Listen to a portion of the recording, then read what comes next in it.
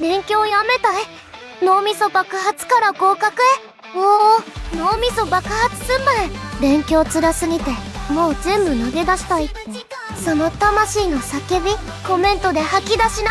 いいねとチャンネル登録で先にエネルギー送ってくれ。わかるぞその気持ち。でもな、その辛いって感じてる瞬間こそがお前が強くなってる証拠なんだ。筋肉痛みたいもんだ。痛みなくして成長なし。今は苦しくてもその一点の努力が未来を切り開く。さあもうひと踏ん張りだ。合格つかみ取れ。